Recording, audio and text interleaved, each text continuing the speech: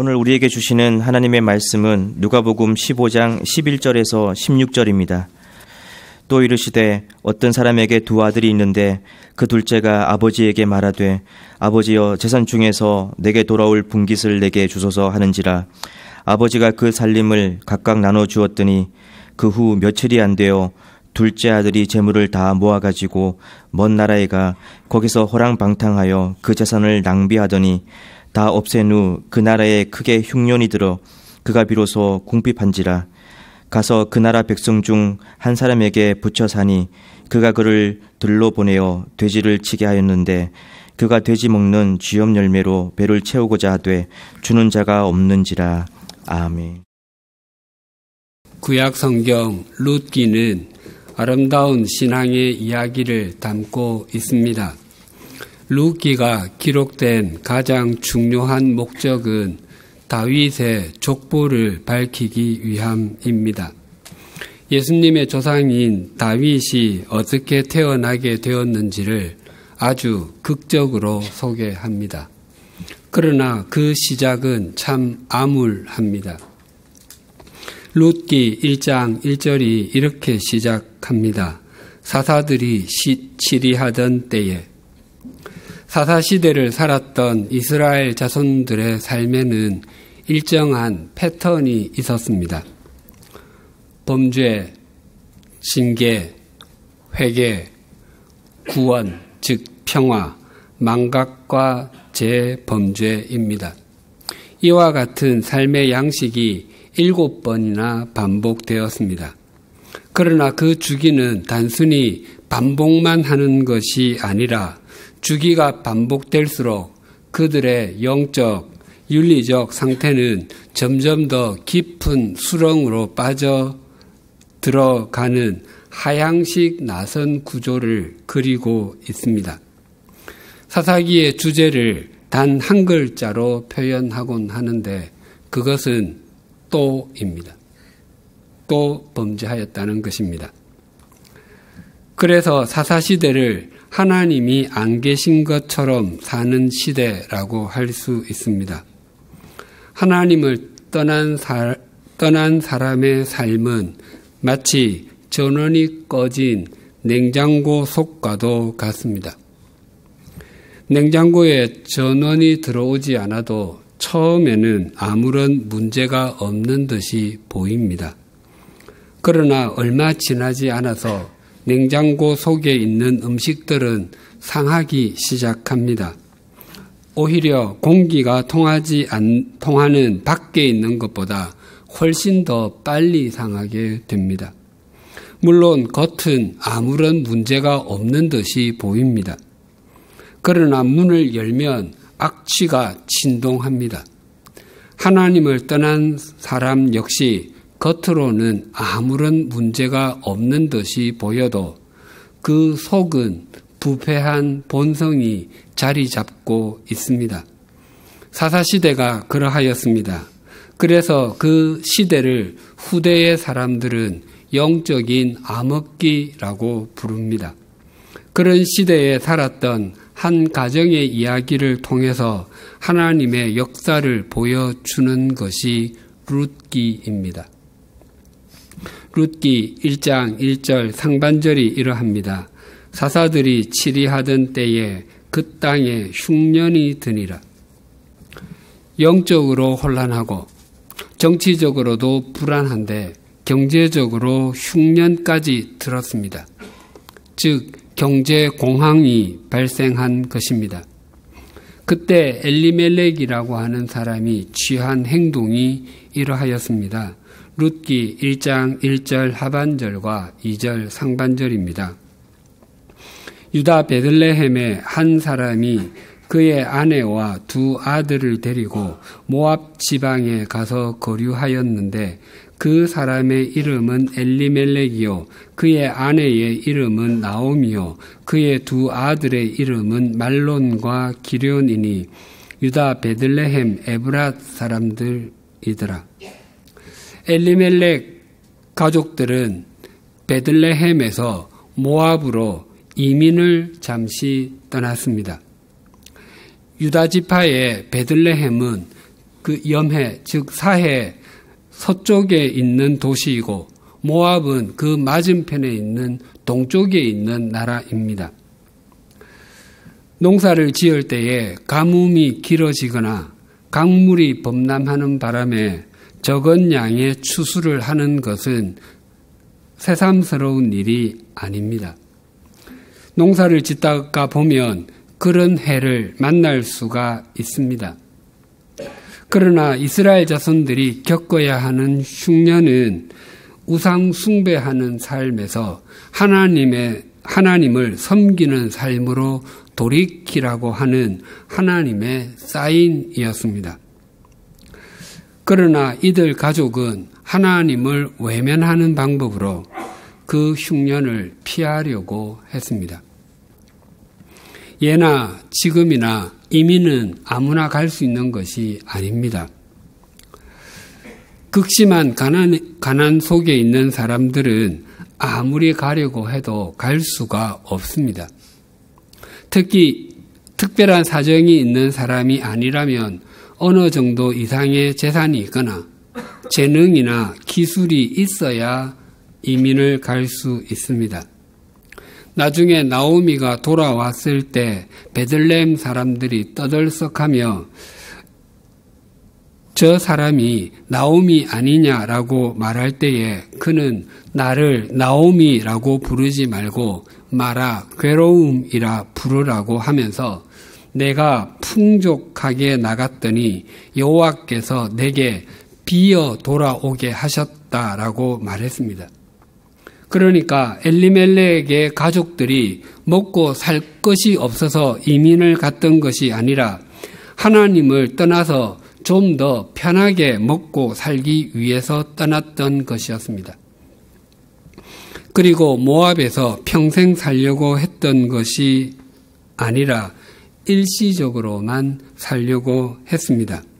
아마 베들레헴에 다시 풍년이 들면 돌아오겠다고 생각했을 것입니다. 그래서 1년에서 2년, 길어야 3, 4년 정도 모압에 머물 것이라고 생각하고 떠났을 것입니다.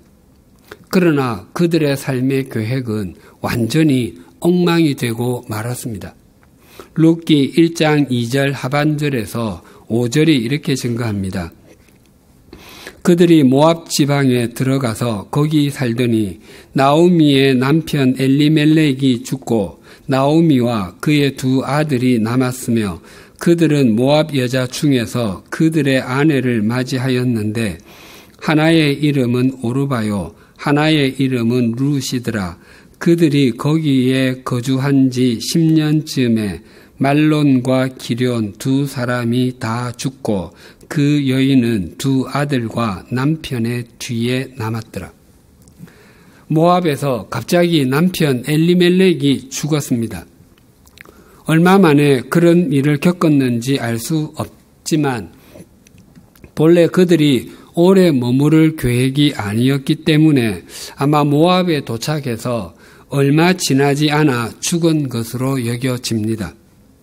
외국 생활에 적응하지 못해서 화병이 들어서 죽었는지 풍토병으로 인한 병사인지 사고사인지 성경은 그 어느 것도 밝히지 않고 있습니다.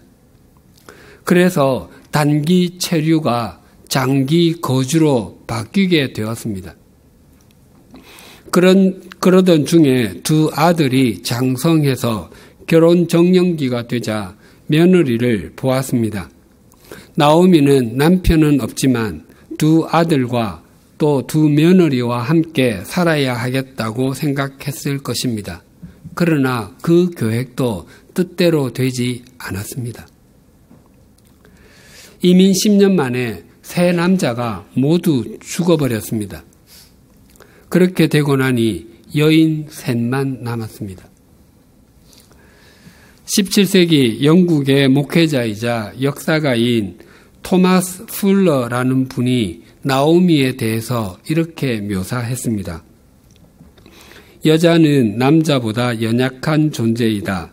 여자 중에서도 노년기의 여자는 더욱 약하다. 그 중에서도 과부는 더 불쌍하며 거기에 가난한 과부는 더더욱 측은하다. 나아가 가난한 노년기의 과부 중에서도 자식이 없는 사람은 더욱 처량하며 그것도 먼 타국에서 계기된 자식 없는 가난한 노년기의 과부는 실로 가련하며 불쌍하다. 진정 욥이 남자 중 가장 많은 고난을 겪었다면 나오미는 여자 중 가장 처량한 지경에 빠진 사람이다. 사실 나오미의 가족들은 유다 베들레헴을 떠나지 않았어야 했습니다. 룻기는 가정주일에 특히 며느리가 시어머니를 어떻게 섬겨야 하는지에 대해서 설교할 때 자주 본문으로 정해지곤 합니다. 그러나 룻기는 효도를 강조하기 위해서 주신 말씀이 아닙니다. 구속사적인 측면으로 룻기를 보면 나오미는 이스라엘 자손을 상징합니다. 스스로 엉뚱한 길을 간 이스라엘 자손들을 하나님께서 회복시키시는 이야기가 룻기입니다. 나오미의 가족들이 본래 살았던 곳이 유다 베들레헴입니다. 유다의 뜻은 찬양이고 베들레헴의 뜻은 떡집, 즉 빵집입니다. 하나님께서 이스라엘 자손들을 부르신 것은 그들로 하여금 그 삶으로 하나님을 찬양하며 영생의 양식을 먹고 살도록 하기 위함이었습니다. 그러나 그들이 하나님을 찬양하는 삶을 살지 않을 때 빵집은 늘 기근의 장소가 되고 말았습니다. 오늘 본문에도 엘리멜렉과 같이 고향을 떠나려는 한 젊은이 둘째 아들에 대해 소개합니다. 이 둘째는 그 동네에 흉년이 든 것도 아니었고 가정이 파산을 당해 먹고 살 것이 없었던 것도 아니었음에도 기어이 집을 나가려고 했습니다. 오늘 본문 11절, 12절이 이렇게 증거합니다. 또 이르시되 어떤 사람에게 두 아들이 있는데 그 둘째가 아버지에게 말하되 아버지여 재산 중에서 내게 돌아올 분깃을 내게 주소서 하는지라 아버지가 그 살림을 각각 나누어 주었더니 둘째가 아버지에게 요구하지 말아야 할 아니 요구할 수 없는 것을 요구하고 있다는 사실에 대해서 지난주에 살폈습니다. 둘째가 아버지에게 유산을 미리 달라고 하는 것은 단지 돈을 달라고 하는 것이 아니라 아버지가 빨리 죽기를 바란다는 저주가 담긴 의미라고 말씀드렸습니다. 그러나 아버지는 둘째의 터무니없는 요구를 아무런 말도 하지 않고 들어주었습니다. 우리의 신앙생활에서도 하나님께서 아니라고 고개를 가로저으셨음에도 불구하고 우리의 욕망을 따라서 둘째처럼 끊임없이 요구하고 또 하나님의 말씀과는 동떨어진 삶을 살았던 때가 얼마나 많습니까? 나중에 하나님께 돌아와서야 자신이 얼마나 영적인 철부지였는지를 깨닫게 되곤 하지 않습니까? 아버지로부터 유산, 즉 살림을 받은 둘째가 어떻게 했는지를 13절이 이렇게 증거합니다. 그 후 며칠이 안 되어 둘째 아들이 재물을 다 모아 가지고 먼 나라에 가 거기서 허랑방탕하여 그 재산을 낭비하더니 둘째는 아버지로부터 받은 유산을 며칠 만에 전부 현금화했습니다. 전답이나 가축, 집 등을 파는 일이 며칠 만에 쉽게 이루어지는 일이 아닙니다. 둘째는 닥치는 대로 팔았을 것입니다. 집을 떠나고 싶은 조급함과 또 집을 떠나야 한다는 강박감으로 인해서 최대한 빨리 팔았을 것입니다. 나름대로는 부푼 꿈을 가지고 처분했을 것입니다. 우리 성경에는 재물을 다 모아서 갔다고 말하지만 헬라어 성경에는 재물이라는 말은 없고 모든 것이라고만 되어 있습니다. 그러니까 이 둘째는 재산만 처분한 것이 아니라 모든 관계를 다 청산하고 떠났던 것이었습니다. 외국에 주재원으로 나가게 되거나 유학을 떠나는 사람은 모든 것을 다 정리하고 가지는 않습니다. 혹 집이 있다면 그 집을 세를 주고 가거나 누군가에게 관리를 부탁하고 떠나게 되지 팔고 가지는 않을 것입니다. 왜냐하면 수년 후에 돌아와서 다시 살아야 하기 때문입니다. 또 혹 여유가 있다면 통장에 돈도 남겨놓고 갈 것입니다. 그러나 한을 품고 떠나게 된다든지 다시는 돌아오지 않으리라고 생각하면 아무것도 남겨두려고 하지 않을 것입니다. 둘째가 이와 같았습니다. 그는 모든 것을 정리했습니다. 그렇게 해서 먼 나라로 갔지만 뜻대로 되지가 않았습니다. 가지고 간 모든 재산은 아무것도 남지가 않았습니다. 허랑방탕하다라는 단어는 윤리적, 도덕적으로 낮은 삶만을 의미하는 것이 아니라 낭비하는 것이라고 지난주에 말씀드렸습니다.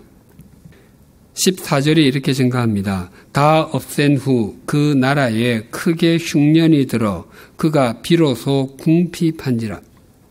비록 가진 것은 아무것도 없지만 그래도 경기가 좋을 때에는 공사판을 전전하면서 일을 하기도 하고 또 때로는 가게에서 아르바이트도 해서 입에 풀칠은 했습니다. 경기가 점점 좋아지면 벌이도 나아지겠지라고 생각했는데 정반대의 상황이 되었습니다. 그 나라에 아주 큰 흉년이 들었습니다. 그 나라가 IMF 구제금융을 받아야 할 지경이 된 것입니다. 그러자 이 둘째도 비로소 궁핍해지기 시작했습니다. 이전에는 하루 벌어서 하루 먹을 망정 굶지는 않았습니다. 하지만 이제는 더 이상 버틸 수가 없는 지경이 되었습니다. 15절입니다. 가서 그 나라 백성 중 한 사람에게 붙여 사니 그가 그를 들로 보내어 돼지를 치게 하였는데 결국 그가 선택한 곳은 아니 그가 밀려서 간 곳은 들판이었고 거기에서 돼지를 치는 목자의 일을 하게 되었습니다.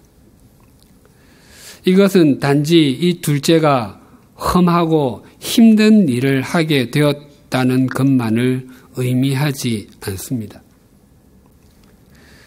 당시의 목자들은 그 목자 가운데서 다른 타인의 물건을 몰래 가져가는 사람들이 종종 있었기 때문에 손가락질을 받는 신분의 대명사와도 같았습니다.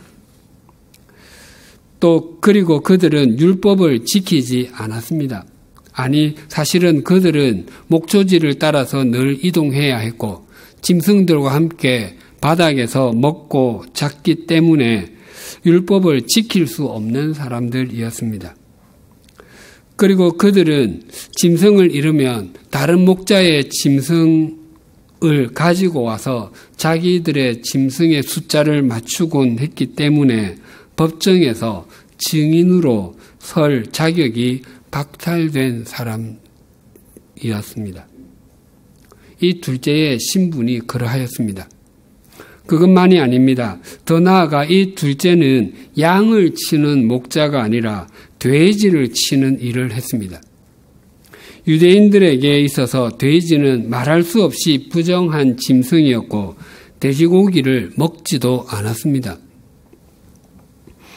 그러니까 이 둘째가 들판에서 돼지를 치게 되었다고 하는 것은 그에게 이젠 더 이상 인생의 목적도 없고 미래의 희망도 없고 삶의 의미도 사라지게 된 것을 의미합니다. 그냥 하루하루 의미 없이 살아가는 것입니다. 사실 하나님을 떠난 인생을 영혼의 시각에서 보면 모두 다 이러합니다. 그런데 이 비유는 여기에서 끝나지 않습니다. 만약 이 비유 전체가 한 편의 연극이라고 한다면 이 장면은 전개에서 위기 그 사이에 해당합니다.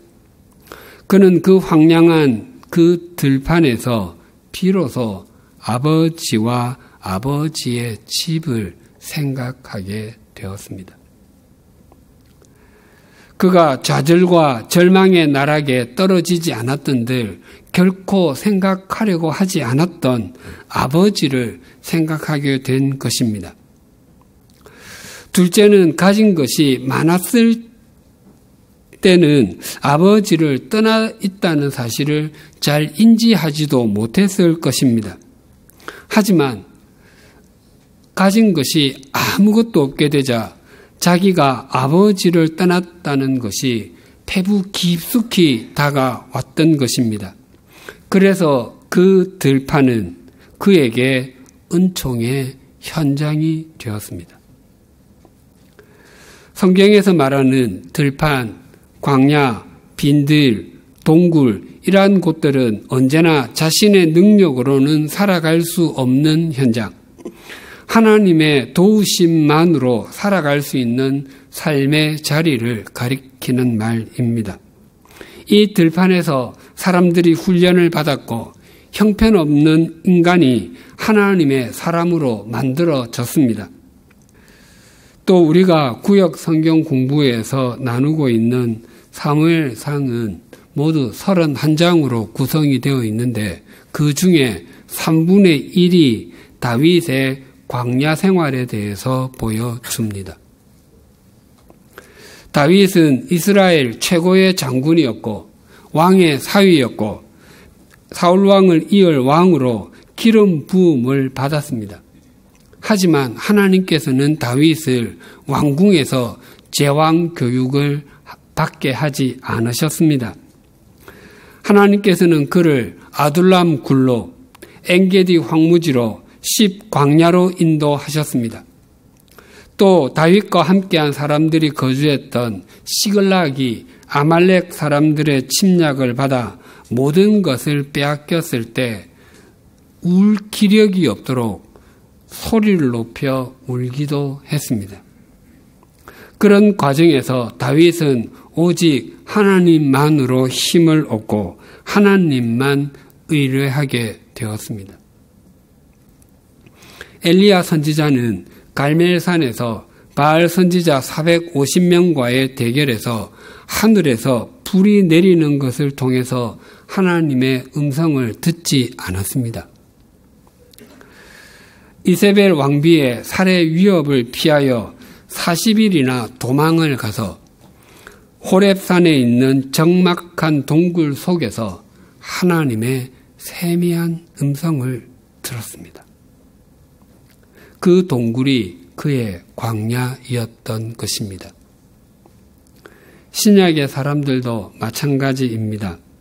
스데반이 돌에 맞아 죽는 것을 당연하게 생각하고 교회를 없애버리기 위해서 남자와 여자를 가리지 않고 그리스도인들을 감옥으로 넘겼던 사울이 대제사장으로부터 받은 공문을 가지고 이스라엘을 넘어 시리아의 수도 다메섹에 있는 회당까지 가서 그리스도인들을 잡아오려고 그리로 가다가 부활하신 주님을 만났습니다. 아니, 부활하신 주님께서 그를 만나 주셨습니다.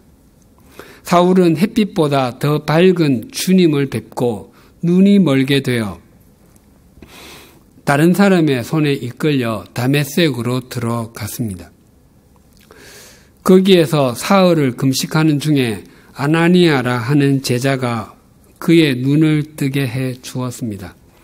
그리고 나서 사울은 아라비아로 갔었노라고 갈라디아서에서 고백합니다. 그 아라비아를 시내산이라고 보는 학자들도 있고 다메섹 근처의 사막이라고 보는 학자들도 있습니다. 그곳이 어디이든지 간에 공통적인 것은 그곳은 사울이 하나님만 바라보는 훈련의 현장이 되었다는 것입니다.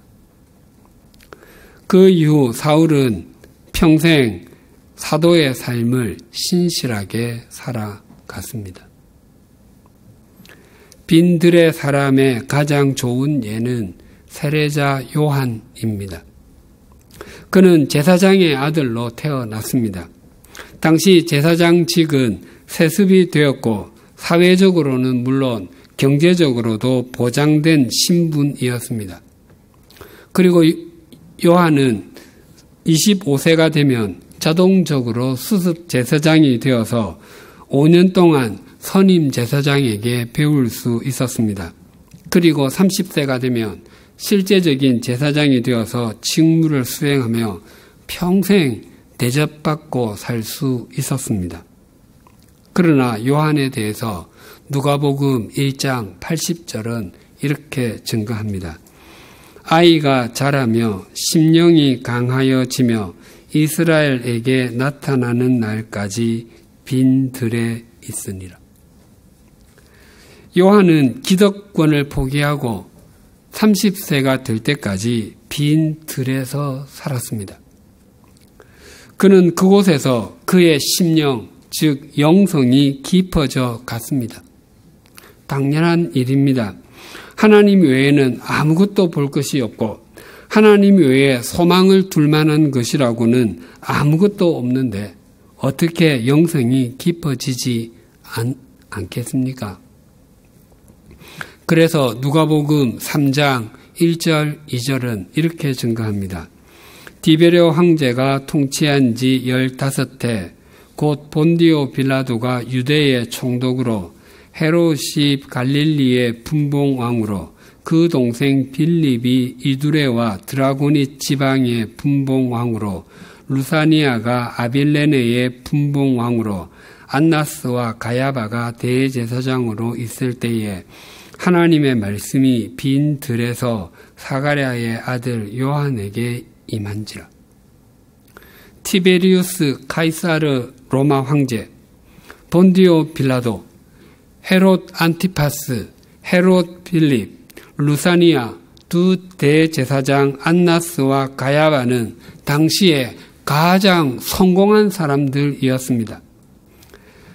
그들이 통치하는 로마 제국과 이스라엘의 각 지역에서 그들은 최고의 실권자이었습니다. 당시 이스라엘 백성들에게 종교를 떠난 삶은 생각도 할 수 없었기 때문에 두 대제사장은 실제적으로 가장 큰 영향력을 미쳤습니다. 그들은 세상이 비추어 주는 각광을 받고 세상의 카메라는 그들을 향하고 있었을지라도 그것이 하나님의 빛, 하나님의 카메라는 결코 아니었습니다. 하나님의 빛과 하나님의 카메라는 빈 들에 있던 요한을 향하고 있었습니다. 요한은 그 앞에 7사람에 비하면 참 보잘것없게 보였을 것입니다. 그 7사람들은 로마 제국의 왕궁과 자신들이 통치하는 지역의 왕궁과 그리고 거대한 저택에서 살았을 것입니다. 하지만 요한에게는 기와집은커녕 초가삼간 하나 없었습니다.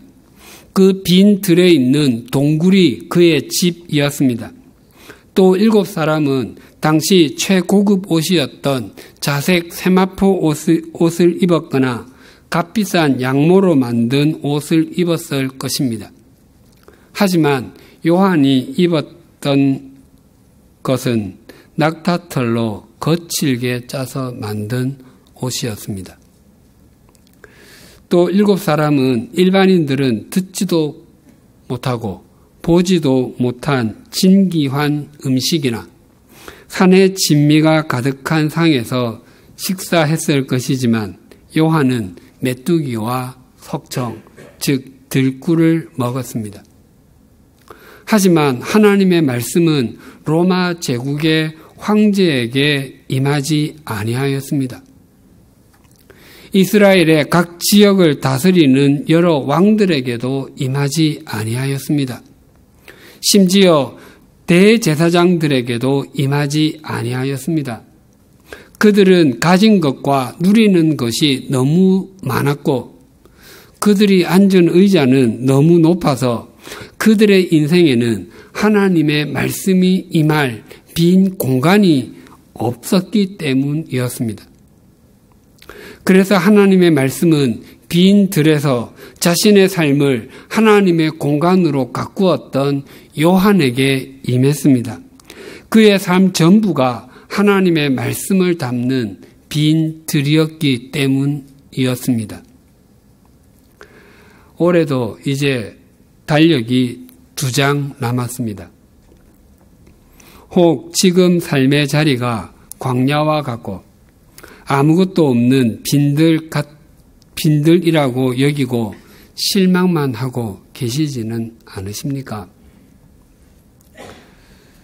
또 겉으로는 하나님을 떠나지 않고 매주일 예배당에 나와서 예배를 드리지만 내면적으로는 둘째보다 더 많이 방황해서 하나님을 등진 삶을 살고 하나님을 외면하는 삶을 살아서 삶의 자리가 혹 돼지우리와 같지는 않으십니까?